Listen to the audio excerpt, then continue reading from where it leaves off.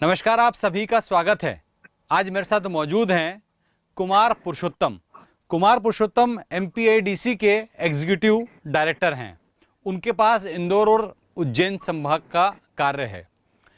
मध्य प्रदेश में जैसे ही कोरोना ने दस्तक दी थी तो सबसे बड़ा सवाल, सबसे बड़ा बवाल था कि पीपीई किट जो कि मध्य प्रदेश में मौजूद नहीं थी, अवेलेबल नहीं थी। बहुत संघर्ष के बाद मध्य प्रदेश में कुमार पुरुषोत्तम की इसकी जवाबदारी दी गई। आइए जानते हैं कुमार पुरुषोत्तम से कि किस तरह का मैनेजमेंट रहा और वर्तमान में हालात क्या हैं। पीपीई किट के साथ साथ कुमार पुरुषोत्तम जी के पास और भी कई सारे काम हैं, जैसे कि उद्योग खुलाना। पीथमपुर के उद्योग हों, इंदौर संभाग के उद्योग हों, चाहे उज्जैन संभाग के उद्योग हों, वो सारी जिम्मेदारी कुमार पुरुषोत्तम जी के पास है। कुमार जी, आपका बहुत बहुत स्वागत है। धन्यवाद हरीश जी। कुमार जी, जैसे ही मध्य प्रदेश में कोरोना ने दस्तक दी थी तो कई सारे सवाल खड़े हो रहे थे कि पीपीई किट नहीं है और बड़ी भगदड़ सी स्थिति थी। काफ़ी डॉक्टर से लेकर तमाम अधिकारी डरे हुए थे और सबका एक ही सवाल था कि पीपीई किट हमको कैसे अवेलेबल होगी। आज की तारीख में वो सबसे बड़ी समस्या तो दूर हो चुकी है, पर इस समस्या दूर कैसे हुई, किस तरह का संघर्ष करना पड़ा और कैसे इतनी बड़ी तादाद में पीपीई किट मध्य प्रदेश में आ पाई? हरीश जी, आपने बहुत ही उपयुक्त सवाल पूछा है। जब मार्च के अंतिम सप्ताह में जब मध्य प्रदेश में भी कोरोना की आहट सुनाई पड़ने लगी और पूरे भारत में ये स्थिति हो रही थी, और ये एक अजीब तरह की बीमारी थी। पहले इस तरह की बीमारी से हमारा कभी ताल्लुक नहीं पड़ा था हमारे देश का। आमतौर पर बीमारियां होती थी, लोग ओटी में भर्ती होते थे, डॉक्टर से इलाज करते थे। जी। लेकिन इतनी संक्रामक बीमारी कि कोई अगर टच करे, संपर्क में आए, थोड़े दूर भी रहे तो उसका एक्सपोजर हो सकता है। तो ये समस्या आई कि जो हमारी फ्रंटलाइन है, चाहे वो डॉक्टर्स हैं, नर्सेज हैं, पैरामेडिकल स्टाफ हैं, या जो पुलिसकर्मी हैं, नगर निगम के कर्मचारी जो क्वारंटाइन सेंटर में लोगों को ले जाते हैं, काम करते हैं, उनको सिक्योर कैसे किया जाए। क्योंकि जब तक आप अपने वॉरियर्स को सक्षम तरीके से उनकी सुरक्षा नहीं करोगे तो जी। आप आगे लड़ाई नहीं लड़ पाओगे। ये बात हुई थी। जी।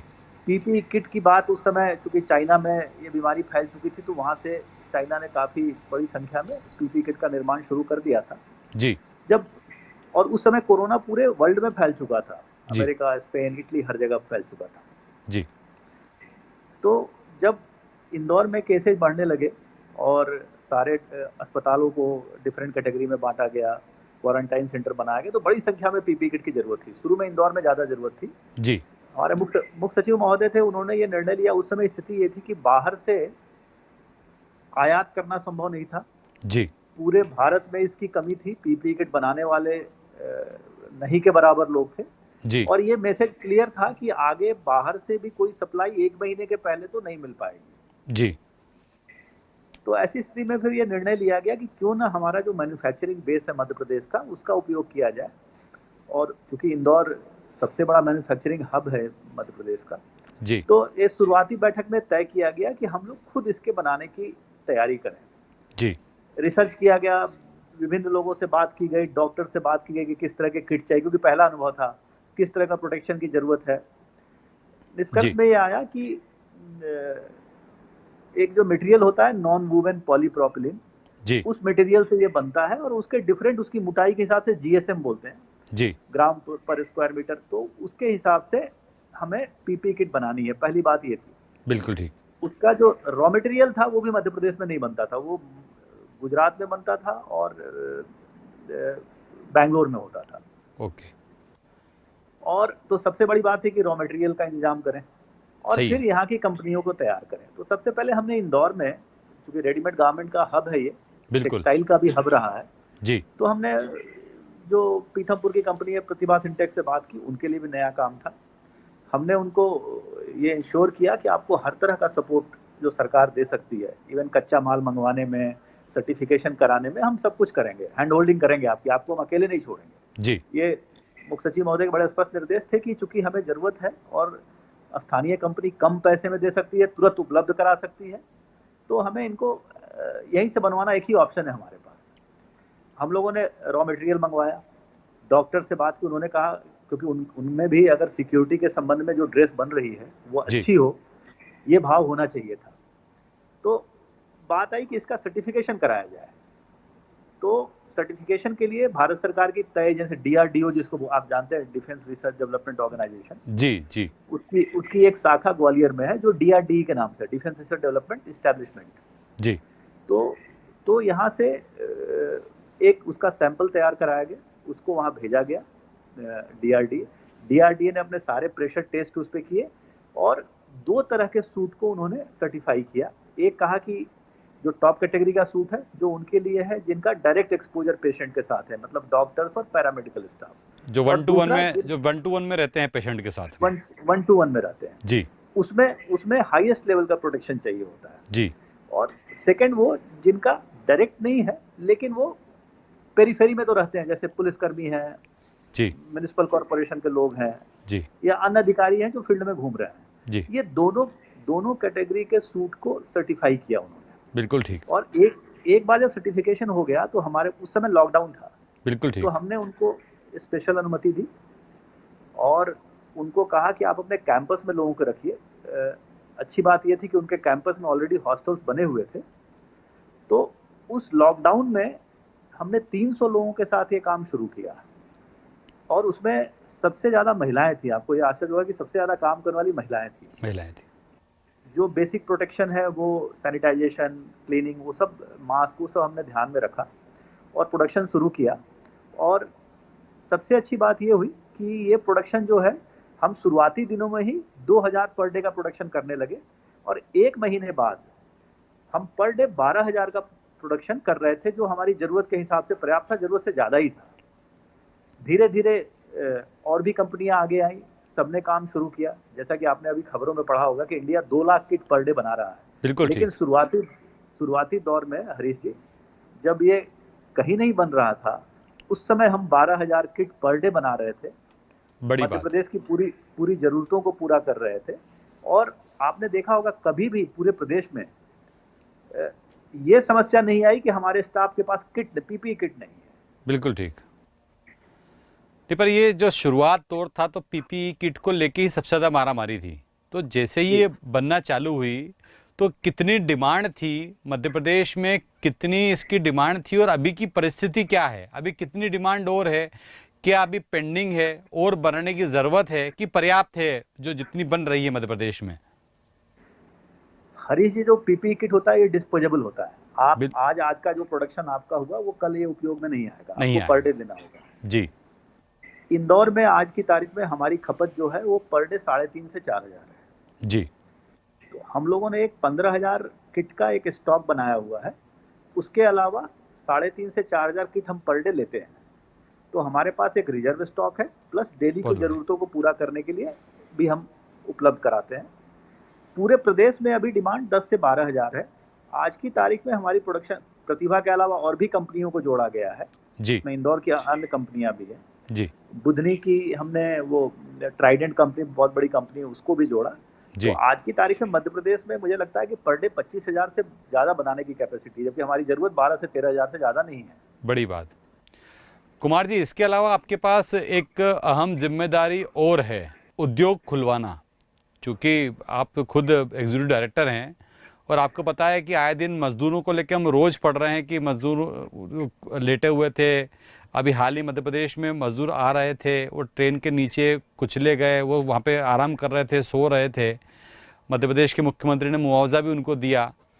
तो एक बड़ी समस्या मजदूरों को लेके, ऐसे में उद्योग खुलना ये कितनी बड़ी चुनौती है और किस तरह से उद्योग खुलेंगे, किस तरह से आप परमिशन दे रहे हैं, ये सबसे बड़ा सवाल है मजदूर के लिए। हरीश जी, देखिए, जब ये लॉकडाउन हुआ तब हमें समझ में आया कि इंडिया का मैन्युफैक्चरिंग बेस या सर्विस सेक्टर कितना बड़ा था। पहले कितना समझ बड़ा, में नहीं आता था। बिल्कुल सही कहा आपने। करोड़ों की संख्या में लोग घर बैठे, और क्योंकि लॉकडाउन भी जरूरी था, अब इसको रिवाइव करना है, ये उतनी बड़ी चुनौती है। बिल्कुल सही। कोरोना के बराबर की चुनौती है कि इकोनॉमी को रिवाइव करना है। ड्राइव कर। सबसे पहले जो लॉकडाउन के शुरुआती दिनों में जो इसेंशियल गुड्स थे, हमने कभी उनकी फैक्ट्रियों को बंद नहीं होने दिया। जैसे दवा की कंपनियां, PPE kit, mask, core food grains वाली, आटा की, दाल की, इनको हमने बंद नहीं होने दिया। और ये बहुत अच्छा रहा कि कम से कम इन कंपनियों में अब तक कोई पेशेंट नहीं मिला। इक्का दुक्का केस हो सकते हैं, लेकिन जिस तरह के लोग काम करें उसके बाद भी कोई पेशेंट नहीं मिला। अब चुनौती ये है, लेकिन वो 10% ही था जो हमने जी शुरू किया, वो लॉकडाउन के पीरियड में वो पूरी कैपेसिटी का 10% था। जी अब चुनौती ये है कि हम कैसे इसको वापस उसी स्थिति में लाए जहां पहले था। ये एक कंटिन्यूअस प्रोसेस है। पीथमपुर हमने शुरू कर दिया, काफी बड़ी संख्या में ऑलमोस्ट सारी कंपनियां शुरू हो गई। इंदौर के साथ एक दिक्कत यह है कि चूंकि यहाँ पे कंटेनमेंट एरिया काफी है, रेड जोन है, जी तो यहाँ पे प्रशासन थोड़ा कॉशस है जी और अनुमति वही दे रहा है जहाँ पे कंटेनमेंट जोन के बाहर हो, लेबर बाहर से ना आए, क्योंकि पूरे शहर में लेबर रहते हैं। जी तो बिल्कुल इंदौर सही। के मामले में थोड़ा कॉशस है प्रशासन, लेकिन इसके बाद भी इकोनॉमी को फेज वाइज खोलने की तैयारी चल रही है और हमने अभी फेज वाइज खोला भी है। जैसे जी प्रथम चरण में इंदौर जिले के जो रूरल एरिया है, जी वहाँ पे हमने जिसने भी अनुमति मांगी उसको अलाउ किया है। जी तो कुल मिला के रूरल एरिया में 350 से ज्यादा अनुमतियां जारी हो चुकी हैं। जी अर्बन एरिया में जो फूड प्रोसेसिंग की कुछ कंपनियां चल रही हैं, कुछ दवा की कंपनियां तो सब चली रही हैं, दवा की पैकेजिंग की चल रही हैं, लेकिन अभी भी 70% उद्योग शहर में खुलने बाकी हैं और जिनका परीक्षण किया जा रहा है कि फेज वाइज उनको कैसे खोला जाए, जिससे कि कोरोना के संक्रमण भी कंट्रोल में रहे और आर्थिक गतिविधियां भी धीरे धीरे शुरू हो जाए। जी देवास की बात है, देवास में काफी कंपनियां शुरू हो गई हैं, उज्जैन के औद्योगिक क्षेत्रों में काम शुरू हो गया है। तो अब हम ये कह सकते हैं कि औद्योगिक गतिविधियां शुरू हो गई हैं, लेकिन एक चीज अपने को समझनी पड़ेगी, ये पूरी चेन है, बैकएंड से लेके पूरी चेन होती है। बिल्कुल। तो हो सकता है कि कोई फैक्ट्री शुरू हो, उसमें कोई सामान आना वो इंदौर में बनता हो। ये दिक्कतें शुरू अभी लग रही है और हम उनको हर स्तर पर कोशिश कर रहे हैं कि ये समस्या कम हो। कुमार जी, हाल ही में मेरे पास कुछ मैसेज आए हैं व्हाट्सएप के ज़रिए से। उन्होंने निवेदन करा है, कुछ उद्योग के लोगों ने ही, बड़े लोगों ने जो उद्योग चलाते हैं, उनका ये सवाल है आपसे कि उद्योग किस प्रकार से खोले जा रहे हैं, उसकी कैटेगरी क्या है, क्योंकि हर उद्योग वाला चिंतित है कि उसका उद्योग कब खुलेगा, तो उसका पैरामीटर क्या है, उसको किसको अनुमति मिल रही है, किसको नहीं मिल रही है, वो जानना चाहते हैं कुछ उद्योग के लोग। देखिए, पहले इंदौर जिले में, जहाँ पीथमपुर में तो जिसने भी आवेदन किया सबको अनुमति मिल गई है जी। इंदौर शहर में, इंदौर जिले की बात करें जी तो इंदौर में ग्रामीण क्षेत्रों में जिसने भी आवेदन किया उसे अनुमति मिल गई। जैसा कि मैंने कहा, 300 से 350 उद्योग जी को अनुमति मिल गई है। शहरी क्षेत्र में हम लोग इंडस्ट्री एसोसिएशन से चर्चा कर रहे हैं और उनसे कह रहे हैं कि आप प्रायोरिटाइज कीजिए। तो सबसे पहले उन्होंने अपनी प्रायोरिटी ये रखी कि शहर में विभिन्न जो फैक्ट्रियां हैं वहाँ पे उनके पास फिनिश गुड पड़ा है, जी तो उसका वो ट्रांसपोर्ट करना चाहते हैं। तो पिछले 10 दिनों में 700 कंपनियों को इसकी अनुमति जारी की गई है कि वो अपने फिनिश गुड्स को वहाँ से ले जाएं। ले जाए। उसमें ऑलमोस्ट आधा काम पूरा हो चुका है, आगामी 2-3 दिनों में ये कंप्लीट हो जाएगा। उसके बाद तैयारी ये है कि जो ऐसे उद्योग जो इस समय में सप्लाई करते हो, जैसे एग्रीकल्चर इक्विपमेंट, एग्रीकल्चर पाइप बना, जो कृषि में उपयोग होता है और अभी आगे जो फसल की तैयारी होगी खरीफ की, उसमें जो उपयोग होता हो, उनको कृषि आधारित उद्योगों को परमिशन दे दें। फिर फूड प्रोसेसिंग से जुड़े जितने उद्योग हैं उनको परमिशन दे दें। फिर उसके बाद पैकेजिंग को दे दें। तो ये फेज वाइज चीजें चलती रहेंगी और एक बार अनुमति अगर कोई सेक्टर को दे रहा है तो फिर हम सबको दे रहे हैं। उसमें ये नहीं है कि सेक्टर में किसी एक को देना नहीं देना है, सबको दे रहे हैं अनुमति सेक्टर वाइज। कुमार जी, एक बड़ा सवाल यहाँ खड़ा ये होता है, एक डर भी लगता है। मेरा अहम सवाल है आपसे कि फैक्ट्रियाँ खुलना चाहिए, आप खोल भी रहे हैं, मजदूर काम भी कर रहे हैं, इनकी सेफ्टी क्या है, ये संक्रमण न फैले। मालूम पड़ा कि हम वापस से चालू करने गए, संक्रमण फैल गया, फिर उद्योग में बड़ी तेज़ी से फैल गया, क्योंकि बड़ी तादाद में वहाँ पे मजदूर लेबर काम करती है। तो उनकी सेफ्टी क्या रखी जा रही है, उसको निगरानी, उसको मॉनिटर किस तरह से किया जा रहा है, क्योंकि बातें सब करते हैं पर वहाँ पे जो जिस तरीके से इम्प्लीमेंट करना चाहिए सेफ्टी पर्पज से वो नहीं करते। कई बार हमने देखा भी है। और अभी तो बड़ा क्रूशल समय चल रहा है, अभी नहीं पता है कि खुलने के बाद आगे के हालात क्या होंगे। ऐसे में क्या सेफ्टी रहेगी और ये कैसे इंश्योर करेगा AKVNB आपका संगठन कि किस तरीके से खुलने के बाद भी संक्रमण इन लोगों से नहीं फैलेगा? देखिए, बहुत ही ये जो शंका है या जो आशंका है, ये बहुत ही जायज़ है। और हम जो कंप्लीट खोलने की अनुमति इन्हीं कारणों से रुकी हुई है। हम जो फेज वाइज कर रहे हैं, उससे हमने एक निरीक्षण की टीम भी बनाई है। सबसे अच्छी बात है कि इंडस्ट्री एसोसिएशन ने भी अपनी टीम बनाई है और लोगों को जागरूक कर रहे हैं। एक तो हम 30 से 40% स्टाफ को ही अभी अलाउ कर रहे हैं, कंपनी के उन्हीं से काम चलाना है। तो एक सोशल डिस्टेंसिंग का पालन हो, बाकी सैनिटाइजेशन के जो तरीके हैं वो हो, मास्क तो अनिवार्य है ही, लोग फॉलो भी कर रहे हैं। इस चिंता से हमने इंडस्ट्री को अवगत कराया है कि अगर अगर कहीं कोरोना के पेशेंट मिले तो ये बैकफायर होगा। आपको इस बात का की सावधानी रखनी है कि फिर से अगर पेशेंट बढ़ेंगे तो हम फिर से बैक डायरेक्शन में चले जाएंगे। तो और इंडस्ट्री इसका ख्याल रख भी रहे हैं। मेरा अनुभव पीथमपुर का है, जो बड़ी फार्मा कंपनियां पिछले 2 महीने से चल रही है और हमें एक भी पेशेंट नहीं आया है। लेकिन चूंकि फार्मा कंपनियों का एक स्टैंडर्ड ऑपरेटिंग प्रोसीजर होता है, हमें चिंता छोटी छोटी कंपनियों की है। जो लघु उद्योग है, जहाँ 10 लोग 20 लोग काम करते हैं, उनके पास इतने संसाधन नहीं होते। जी, उनको भी हम सेंसिटाइज कर रहे हैं कि आप अब उद्योग सुरक्षा के साथ ही चलेंगे तो बेहतर है कि जैसे आप सारी प्रोसेस करते हैं, सुरक्षा को भी एक अनिवार्य प्रोसेस उद्योग का हिस्सा मान लें। अगर उसमें कुछ लागत आती है तो मान लें कि ये लागत आएगी, लोगों को सैनिटाइज करने में, मास्क बनाने में, डिस्टेंसिंग करने में, उनको अन्य सफाई के संसाधन उपलब्ध कराने में। तो ये तो अब उद्योग का पार्ट है। हम इस स्तर से लोगों को जागरूक कर रहे हैं, औद्योगिक संगठन भी लोगों को बता रहे हैं इस बारे में। तो मुझे लगता है कि ये धीरे धीरे ये जागरूकता आएगी और लोग सुरक्षा के बारे में सतर्क रहेंगे। कुमार जी, मैं मानता हूं कि अब जो भी उद्योग खुलेंगे उन्हें भारी सतर्कता रखनी होगी, पर मेरा सवाल आपसे ये है, एमपीआईडीसी क्या सुविधा देगा उन उद्योगों को? कि हर किसी की क्षमता नहीं है कि वो सैनिटाइज करे, वो मास्क दे, कई तरह की सावधानियां रखना पड़ेगी, स्टाफ भी हमको कम बुलाना है, जगह भी आपको सुतनी ही है। तो ऐसे में एमपीआईडीसी क्या कर रहा है? क्या उनको नॉमिनल रेट पे सैनिटाइज या मास्क दिलाएगा, या सरकार उन्हें ये चीज़ें प्रोवाइड कराएगी सुरक्षा की दृष्टि से? उसका प्रारूप क्या होगा? देखिए हरीश जी, हमारी भूमिका फैसिलिटेटर की है। जी, सरकार अपनी नीतियों में सुविधाएं दे सकती है, निश्चित तौर पे इसकी बात भी हो रही है, पैकेज देने की बात हो रही है। अभी लेबर लॉ में बहुत सारे संशोधन हुए हैं, जी, वो उद्योगों के लिए बहुत अनुकूल है। वो इस तरह के संशोधन है कि आप कम लेबर से ज़्यादा काम ले सकते हो और उनको पैसे ज़्यादा दो, ओवर टाइम दो, क्योंकि जी, आपको सोशल डिस्टेंसिंग रखनी है। बहुत सारे लेबर के जो जटिल कानून है सरकार ने खत्म किए हैं, वो इसलिए खत्म किए हैं कि वो श्रमिकों के विरुद्ध नहीं है, श्रमिकों के फेवर में है और इंडस्ट्रीज के फेवर में। लेकिन अनावश्यक कंपनी के कामों में दखलंदाजी ना हो।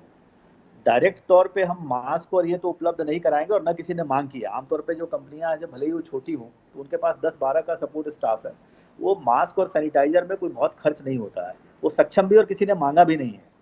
मेन ये बात अब जरूर है कि लॉकडाउन के बाद इकोनॉमी के स्लो होने के कारण कंपनियों को एक पैकेज की जरूरत पड़ेगी और इसमें शासन स्तर पे विचार चल रहा है। ये बात है कि बड़ी बात, उनको कैसे राहत राहत दी पहुंचाई जाए, जाए। इस बात पे चर्चा चल रही है। कुमार जी, एमपीआईडीसी के लिए चैलेंज क्या है? आप रोज उद्योग खोल रहे हैं, परमिशनें दे रहे हैं, पर आपको चैलेंज क्या दिखता है? कहाँ दिक्कत आ रही है, और आने आने वाले समय में आपके लिए क्या परेशानी हो सकती है, क्या चैलेंज हो सकता है जिससे आपको निपटना होगा? देखिए हरीश जी, चैलेंज तो बड़ा है। मैं एक उदाहरण देता हूँ। ये लॉकडाउन के पहले एवरेज तौर पे हमारे यहाँ 30 से 40 नए उद्योग आते थे प्रति माह, जी, छोटे बड़े मिला के। जी, ये मैं सिर्फ एमपीआईडीसी इंदौर रीजन की बात कर रहा हूँ। जी, जी, पिछले 1.5 महीनों में ये रफ्तार खत्म हो गई, क्योंकि दूसरे संकट थे। पहली बार पिछले 2-3 दिन में 2-3 नए उद्योगों ने आवेदन दिए हैं पहली बार। नई जी, जमीनों के लिए।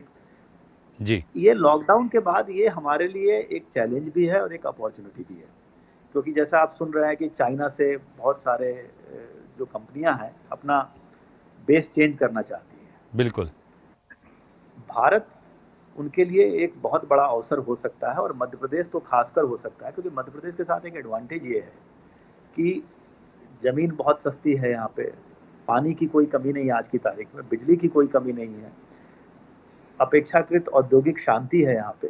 तो ये एक अवसर भी है हमारे लिए। चैलेंज तो बहुत बड़ा है, लेकिन ये अवसर भी है। और अगर हमने इस अवसर का सही उपयोग किया, और हमारी तैयारी भी चल रही है इस बारे में, तो निश्चित तौर पे अगले 1 साल में औद्योगिकरण की जो स्पीड है वो काफी तेज होगी। अभी तो चैलेंजेस हैं हमारे सामने। कुमार जी, आप हर तरह से उद्योग वालों को, बड़े बड़े उद्योगपतियों को, उद्योग वालों को लगातार मदद कर रहे हैं। सरकार उनके साथ खड़ी है और आप जो उन्हें चाहिए, जिस तरह का चाहिए, विशेष पैकेज की बात भी आप कर रहे हैं, सरकार उस पर विचार कर रही है।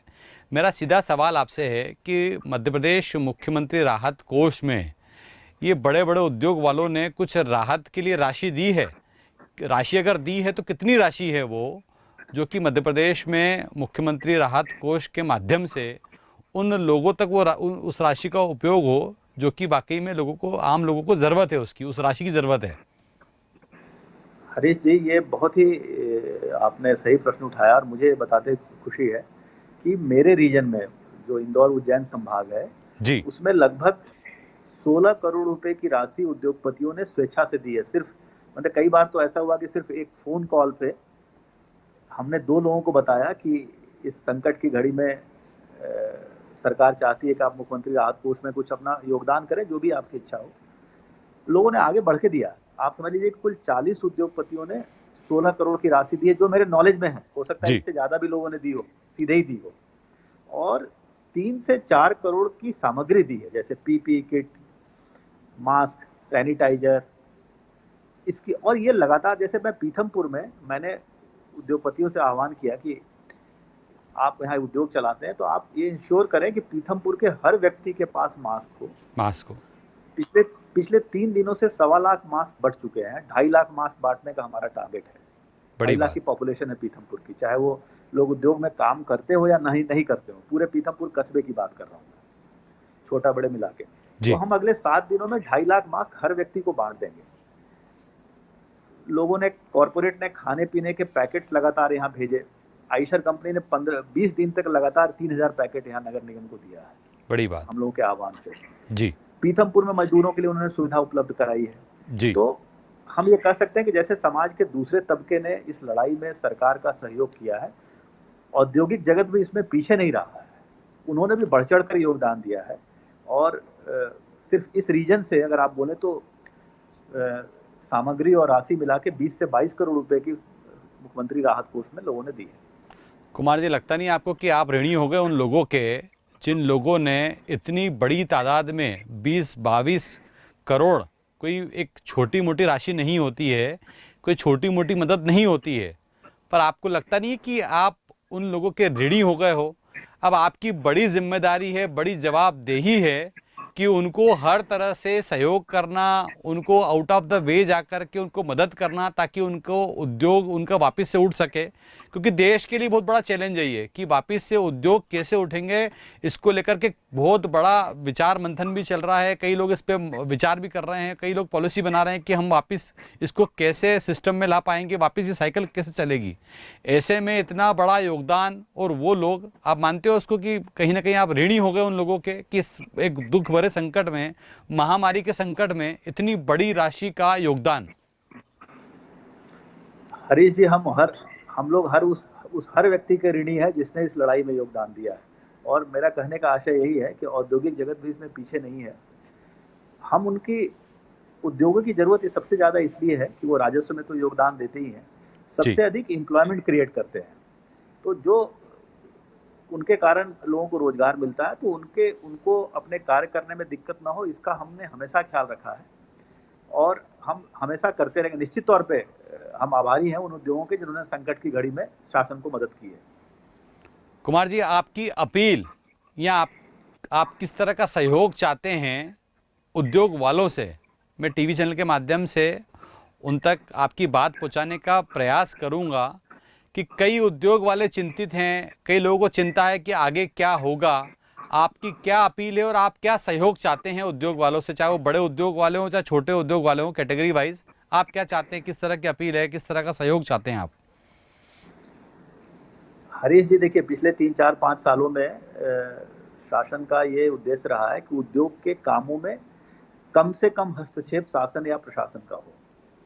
हम लोग MPIDC में हम एक फैसिलिटेटर की भूमिका में हैं। इस संकट की घड़ी में हम सिर्फ एक ही अपेक्षा रखते हैं, उद्योगों के लिए बहुत बड़ा चैलेंज है, उनको डेली के कार्य में हम सपोर्ट करेंगे। हमारे ऑफिस से या हमारे राज्य में कहीं कोई दिक्कत उनको नहीं आएगी। उनको सुरक्षा का ध्यान रखना है श्रमिकों की, क्योंकि एक श्रमिकों में भी जो आपके कार्य करने वाले लोग हैं, उसमें वो एक जब तक विश्वास पैदा नहीं होगा, ओनरशिप नहीं होगी कि हम सुरक्षित हैं जी, तब तक हम पुरानी चीज को नहीं पा पाएंगे। अब समय कोरोना के, देखिए अब हमें 2 पीरियड समझना पड़ेगा, एक प्री कोरोना और पोस्ट कोरोना। तो पोस्ट कोरोना में हालात बदल चुके होंगे। आपको जो काम करने वाले वर्कर हैं उनमें विश्वास पैदा करना होगा कि आपके काम के लिए हम आपको नहीं बुला रहे हैं, आपकी सुरक्षा भी हो, आप स्वस्थ रहें, आपको कोई दिक्कत ना हो, यही हमारी जिम्मेदारी है। इंडस्ट्री को ये इंश्योर करना पड़ेगा इस चीज को। कुमार जी आपने बड़ी महत्वपूर्ण बात बोली। इस पे मेरा आखिरी सवाल आपसे कि लगातार उद्योग वाले चिंतित हैं कि उनके उद्योग का क्या होगा, कैसे ये वापस साइकिल रूटीन में आएगी, पर ऐसे में लेबर का लगातार दबाव कि काम हो ना हो, फैक्ट्री चालू हो या बंद हो, ऐसे में उनको उनकी तनख्वाह चाहिए। तो उद्योग वालों के लिए एक बड़ी चिंता है कि उद्योग चालू नहीं, ऊपर से लेबर्स का लगातार दबाव। तो ऐसे में सामंजस्य कैसे बनेगा जब आपके पास पैसा नहीं आएगा, जब उद्योग नहीं चलेगा, तो एक उद्योग चलाने वाला उद्योग के मजदूरों को कैसे पैसे देगा? एक वो लगातार एक उद्योग वाले परेशान भी हो रहे हैं, तो उसको लेकर के कोई चीज़ आपके सामने आई है? उद्योग वालों ने आपसे कोई गुहार लगाई है कि इस तरह की समस्या उनको आ रही है? नहीं, ये बात आई थी हरीश जी, लेकिन उसमें शासन ने क्लैरिफिकेशन निकाल दिया है कि अगर उद्योग चालू है और वो जी, काम करने के लिए श्रमिकों को बुलाते हैं, तो जो श्रमिक आते हैं उन्हीं को उनको पैसा देना पड़ेगा। अगर वो फैक्ट्री चालू है, वो बीच के पीरियड में था जब कंप्लीट लॉकडाउन था। अब जब उद्योग शुरू हो जाएंगे जी। तो जो लोग काम करेंगे, शायद उसमें 2-3 दिन पहले एक आदेश भी, क्लैरिफिकेशन भी जारी हो गया लेबर कमिश्नर की तरफ से। पर कुमार जी ये जो लॉकडाउन कब से माना जाए, ये जो उद्योग चालू हुए हैं, आपने रिवाइव करा है, ये कौन सी तारीख से आप लाए हैं? रिवाइव करने की प्रोसेस आपने कब से चालू कर दी है? जैसे पूरा मार्च हमने देखा, मार्च से लॉकडाउन चालू हुआ, अप्रैल पूरा बंद ही था, अब मई चल रहा है। तो आपके यहाँ से गतिविधि चालू कब से हुई है? कुछ तारीख बता पाएंगे आप? ये तो फेज वाइज शुरू हुई है। जैसे कि आवश्यक उद्योगों को शुरू से ही अनुमति मिली हुई थी, जी, उसके बाद जैसे अप्रैल में कई इंडस्ट्री को अनुमति मिली, मई में कई लोगों को अनुमति मिली, तो ये फेज वाइज प्रक्रिया चल रही है। ये थे कुमार पुरुषोत्तम जिन्होंने हमसे विशेष चर्चा की। कुमार जी आपका बहुत बहुत धन्यवाद। कई तरह के अपडेट्स उद्योग वाले चाह रहे थे, पीपीई किट को लेकर लगातार सवाल उठ रहे थे, आपने सभी सवालों का उत्तर दिया, उसके लिए बहुत बहुत धन्यवाद कुमार जी। धन्यवाद हरीश जी, धन्यवाद।